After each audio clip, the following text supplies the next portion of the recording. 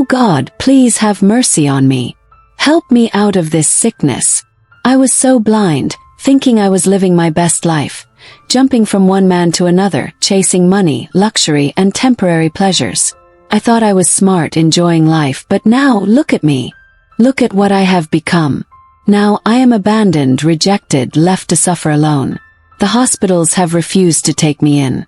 The doctors turn away at the sight of me. No one wants to come close. People stare at me with disgust, as if I am no longer human. Oh God, please don't let me die like this. Give me another chance. I promise to change my ways, to turn away from my past life, and to serve you with all my heart. I was warned, but I refused to listen. I ignored all the advice, thinking I knew better. All because I wanted to live a big girl life, to wear the latest clothes, rock the most expensive shoes, and have people admire me. But what do I have now? Nothing. No friends, no health, no dignity. Just pain, regret, and a broken body. Please God, heal me. I know I have sinned, but I beg for your mercy. Don't let my life end this way. Give me a second chance to make things right, to tell others my story, to warn them before they fall into the same trap. Oh God, please hear my cry." Ruth sat on the edge of her thin mattress, her hands clasped tightly together. The small room she shared with Oliver felt even smaller tonight. The flickering bulb above cast long shadows on the cracked walls, and the stale air of the room felt suffocating. Her stomach rumbled, but that was the least of her worries. Her mother was sick, very sick, and Ruth had no way to help her. Oliver, her roommate, leaned against the doorframe, arms crossed. She had just returned from another outing, dressed in expensive clothes, her makeup still fresh. She sighed and shook her head as she looked at Ruth. "Ruth, my dear," Oliver began, her voice smooth and confident. "I hate seeing you suffer like this. Look at you just sitting here worrying, crying, but doing nothing. Let me help you. Just one night, and everything will change." Ruth raised her head slowly, her eyes filled with sadness and disappointment. "Oliver, I can't. I won't. This life you're living is not right. Those men you go out with, they have wives, children. You're breaking homes. I can't do that." Oliver scoffed and rolled her eyes. "Oh please. Who told you I'm breaking homes? Those men come to me. I don't force them. If their wives were doing their jobs, would they be running after me?" Ruth's lips trembled. "It's still wrong, Oliver. No matter how you justify it." Oliver's expression darkened. She took a step forward, her voice sharp. "Oh, so now you're judging me. Because I'm helping you. Have you forgotten how many times I fed you? How many times I paid the rent when you had nothing? Now you suddenly have morals." "I never asked for your money," Ruth protested. "And I never told you to pay my share of the rent." Oliver laughed bitterly. "Really? Then why didn't you refuse it? Why did you eat the food I bought? Why did you sleep under the roof I paid for? You're a hypocrite, Ruth. You think you're better than me, but you're not." Ruth felt her heart shatter. "I never said I was better than you. I just don't want to go down the wrong path." Oliver smirked. "Well, since you're so righteous, let's see how you survive on your own. I'm locking the kitchen. From now on you won't eat my food. And since you never contribute to rent, maybe it's time you find another place to stay." She grabbed the key from the table and walked to the kitchen, locking the door with a loud click. Then, without another word, she picked up her purse and left the house, slamming the door behind her. Ruth sat frozen, staring at the closed door. Tears filled her eyes.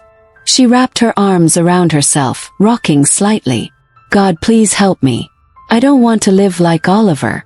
I don't want to go against your will. But what do I do now?" Her voice broke. "I have nothing left. My mother is sick, and I can't even help her." Just then her phone buzzed. She wiped her tears and picked it up, her hands shaking. "Hello. Good afternoon, Miss Ruth. This is Mr. Johnson from Greenfield Restaurant. You submitted an application for a restaurant attendant position a while ago. We're pleased to inform you that you've been selected. You can resume work tomorrow." Ruth gasped. "I got the job." "Yes, you did. Please come in at 8 a.m. for orientation. We'll be expecting you. Thank you. Thank you so much. Ruth ended the call, unable to contain her joy. She jumped to her feet, fell to her knees, and lifted her hands in gratitude. Thank you, Jesus. Thank you for answering my prayers. Her heart felt lighter. For the first time in a long while, she had hope. She didn't know what the future held, but she was ready to walk the right path, no matter how difficult it was.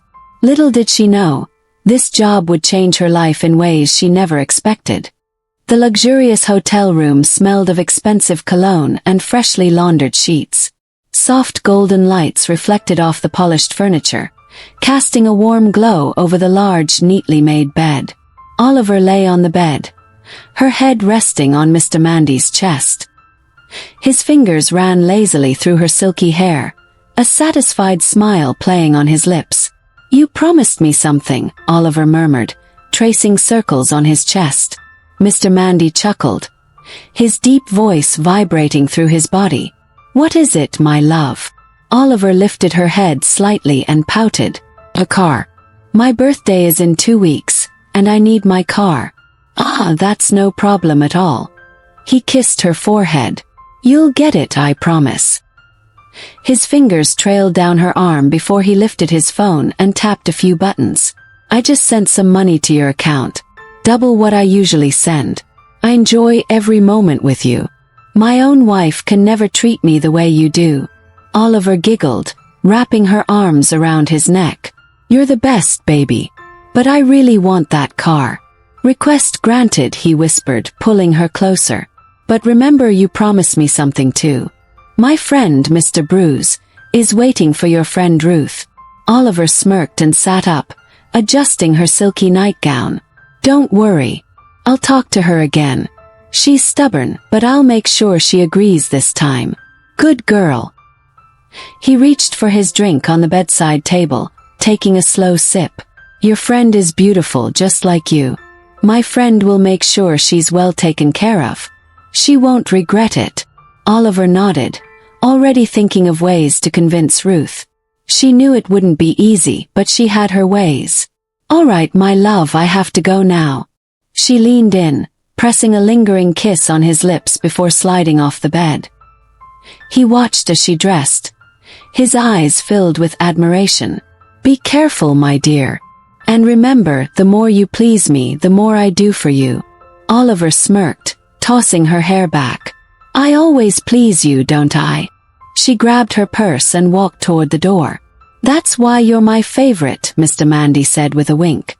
Oliver blew him a kiss before stepping out of the hotel room, her mind already spinning with ideas. She had one goal tonight, convincing Ruth to say yes. And she wasn't going to take no for an answer. That evening, Ruth was beaming with excitement when Oliver returned home, tossing her purse on the table. Ruth rushed towards her, her face glowing with happiness. Oliver, I have great news, she said, barely able to contain her joy. Oliver rolled her eyes, kicking off her heels. Good news. What is it this time? The restaurant down the road called me today. I start work next week, Ruth announced, clapping her hands. Oliver scoffed, folding her arms. That's your good news. How much are they even paying you? You really enjoy suffering, don't you? Ruth's smile wavered. At least it's something, Oliver. It's honest work. Oliver let out a dry laugh. Forget that. I have real good news for you. My friend's friend likes you and wants you as his girlfriend. He'll pay you well. You'll never have to stress about money again. Ruth frowned, her brows knitting together. Is he married? Oliver smirked. Course. Married men are the real deal. They have money, and they don't stress you like young boys do. Ruth gasped, taking a step back. Whoa, that is so wrong. Can't do it. I won't do it. Oliver groaned, throwing her hands in the air. You see your life. I'm trying to pull you out of poverty, and you're here acting like a saint. Keep suffering then. She smirked, flipping her hair. Just wait until my birthday. My man is buying me a car. While you're still trekking, I'll be cruising. Ruth bit her lip. Wow. A car. Yes, a car. And you could get one too if you just say yes to my offer. You'll be set for life. Ruth shook her head firmly. Never. That is not God's way. I would rather struggle than sell myself like that. Oliver laughed mockingly, clapping her hands slowly. "'Kay, Jesus' first daughter. Since you want to live in holiness, you better start packing. By the end of the month, I want you out of my apartment. I don't want your holiness around me anymore." Ruth's heart sank. "Oliver, please. Give me 2 months. Let me save for another place. Please, I'm your friend." Oliver turned her back with a cold smile. "Not anymore.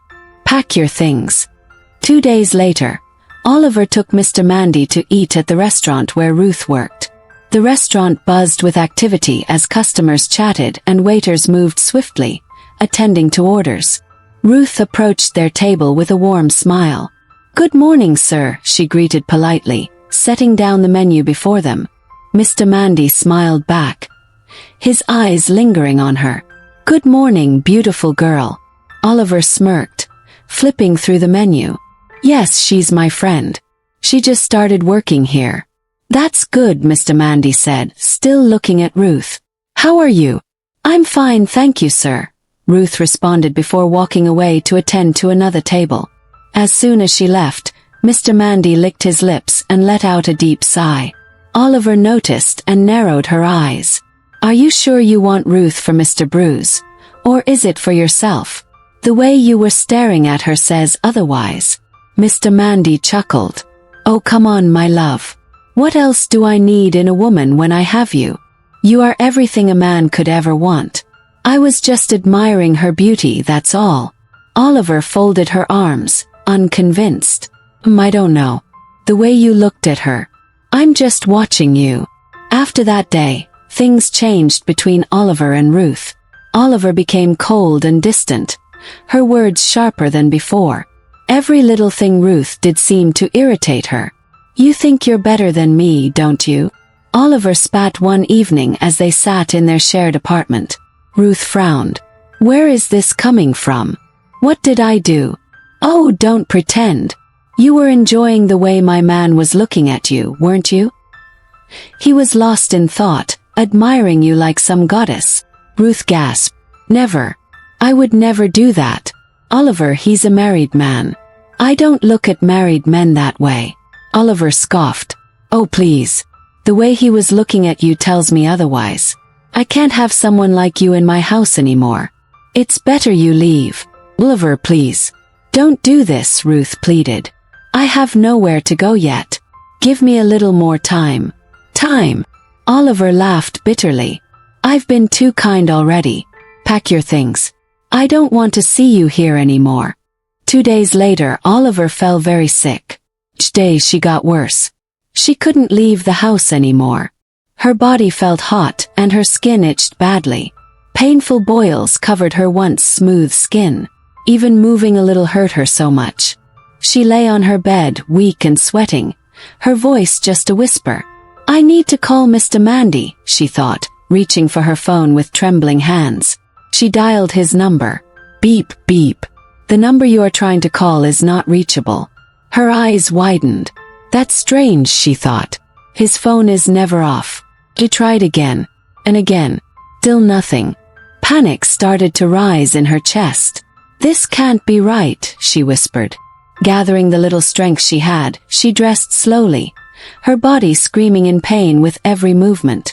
She decided to go to Mr. Mandy's office. "He'll explain," she told herself. "Maybe something's wrong with his phone." When she arrived, the receptionist glanced up and frowned. "Good afternoon," Oliver said weakly. "Please, I need to see Mr. Mandy." The receptionist shook her head. "I'm sorry, Oliver. Mr. Mandy said not to let you in." Oliver's mouth fell open. "What? That can't be true. Just tell him I'm here. Please." "I can't," the receptionist replied, looking uncomfortable. He gave clear instructions. Heart pounding, Oliver typed a quick message. "Mandy, please talk to me. What's going on?" No reply. She sent another. "Please, I'm sick. Need you." Still nothing. Her chest tightened. Tears blurred her vision. Did he block me? Refusing to give up, Oliver waited outside the office one evening. Hours passed. Then she saw him, Mr. Mandy, walking out with some colleagues, laughing. Relief washed over her. "Mandy," she called out, waving. He glanced her way, then turned his head quickly, acting as if he didn't see her. "Mandy, it's me," she cried, running toward him. "Security," he barked. "Don't let her in again. Ever." Oliver stopped in her tracks, frozen in shock. He ignored me, like he doesn't even know me. Her knees buckled. Tears streamed down her face as she watched him drive away without a glance back. Heartbroken and confused, she dragged herself home. Days passed. Her sickness got worse. She couldn't get out of bed anymore. Her whole body throbbed with pain. Every breath felt heavier.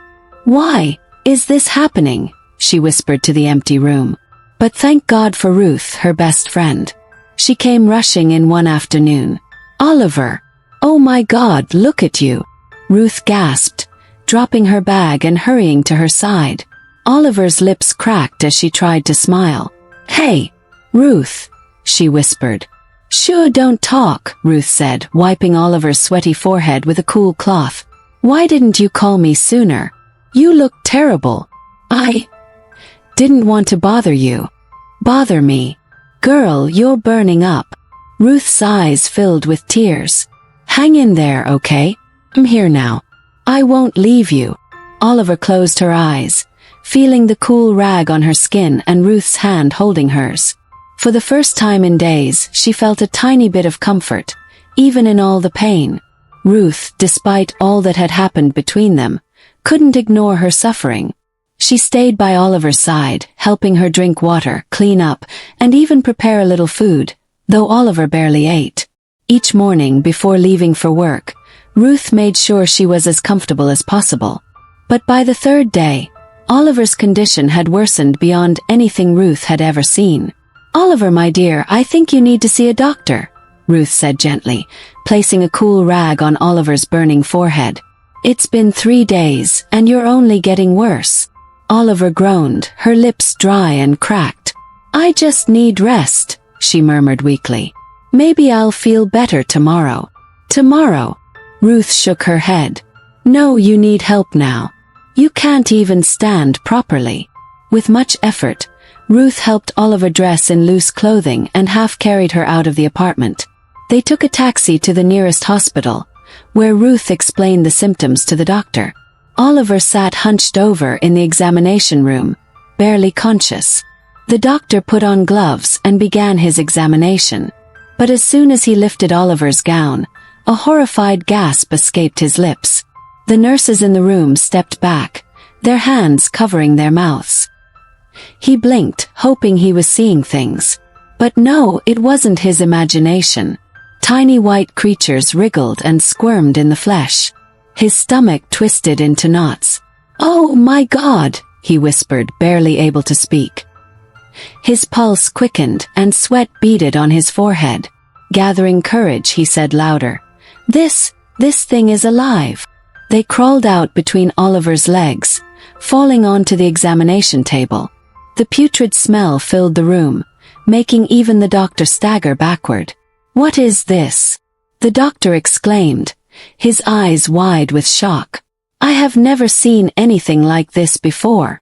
Oliver groaned in pain, her head lolling to the side. Ruth covered her mouth with trembling hands. "Doctor, please. Help her." The doctor swallowed hard and turned to the nurses. "Run every possible test. We need to know what's happening." They worked quickly, drawing blood and conducting scans, but after an hour, the results left everyone even more confused. "There is nothing wrong with her medically," the doctor finally said, looking at Ruth with concern. "Every test came back normal. This is not a medical issue." Ruth's heart pounded. "What do you mean? Can't you treat her?" "I would if I could, but I have no explanation for this." The doctor hesitated before adding, "I suggest you take her somewhere else." Tears streamed down Ruth's face. She refused to give up. She took Oliver to another clinic, then another. But each time the doctors shook their heads, unable to explain or treat the terrifying condition. Some even refused to touch her, telling Ruth to seek spiritual help. With nowhere else to turn, Ruth made a bold choice. She went to a church known for strong prayers and deliverance. Oliver was out of the house, struggling under her friend's weight. She waved to a taxi to take them to the church. The driver took one look at Oliver's pale, shaking body and said, "Is she okay?" "She will be," Ruth replied. "Just take us to glorious fire, fast." The driver sped through the streets. Oliver, barely conscious, muttered, "Ruth, why?" "Shoo," Ruth said, squeezing her hand. "I'm not losing you. Not like this." Minutes later they reached the church. The large wooden doors creaked open as Ruth rushed inside. A few people inside turned, gasping at the sight of Oliver. "Help!" Ruth cried. "Please, she needs prayer." The lead pastor, a tall man with kind but firm eyes, stepped forward. His gaze fell on Oliver, and his expression darkened with understanding. "This is no ordinary sickness," he said solemnly. "What do you mean?" Ruth asked, fear creeping into her voice. The pastor knelt beside Oliver. "She has been tied to darkness. Someone used her for rituals. The spirits are now demanding their price." Gasps filled the room. Ruth's hands flew to her mouth. "Rituals? But how? Why?" Oliver's body suddenly convulsed, her eyes rolling back. She let out a piercing scream that echoed through the walls. But the pastor didn't flinch. He stood, raising his hands. "Church," he called out. "This is spiritual warfare. Pray with me." Everyone dropped to their knees, voices rising in passionate prayer. "Every chain of darkness, break," the pastor commanded. "Break." The congregation echoed. Oliver thrashed violently. Her body lifted off the floor as if an unseen force was pulling her. Ruth knelt beside her, tears streaming down her face. "By the blood of Jesus, release her now," the pastor shouted. Time seemed to stretch. Minutes felt like hours. Oliver let out one final, gut-wrenching scream. Then silence. Her body collapsed to the floor, still. Ruth's heart pounded. "Oliver!" she whispered, gently shaking her friend. Then, Oliver opened her eyes. Clear. Alive. Tears rolled down her cheeks. I'm free," she breathed. "Oh God, thank you." Ruth burst into tears, pulling her into a tight hug. "I thought I lost you," she sobbed. "Thank you, Jesus." The pastor smiled, wiping sweat from his forehead. God has given her another chance. From that day on, Oliver's life completely changed. The pride she once carried. The empty chase for wealth. Forgotten. She knelt at the altar later that week, face buried in her hands. "God," she cried, "I was blind. I thought money could fill me. I was wrong. Thank you for saving me when I didn't deserve it." But Oliver didn't just keep her miracle to herself. No, she spoke out. At youth events, schools, and churches, she stood before crowds, sharing her story. "I almost lost everything," she told one gathering. "I chased quick riches and it nearly cost me my soul. Please don't make the same mistake. God's way may seem slow, but it's sure. Trust me. I learned the hard way." Ruth often stood at the back of these events, watching with pride. Her friend, once broken, was now a beacon of hope. This is what her pain led to, Ruth thought. Salvation. Purpose. And for that, she could only smile and thank God.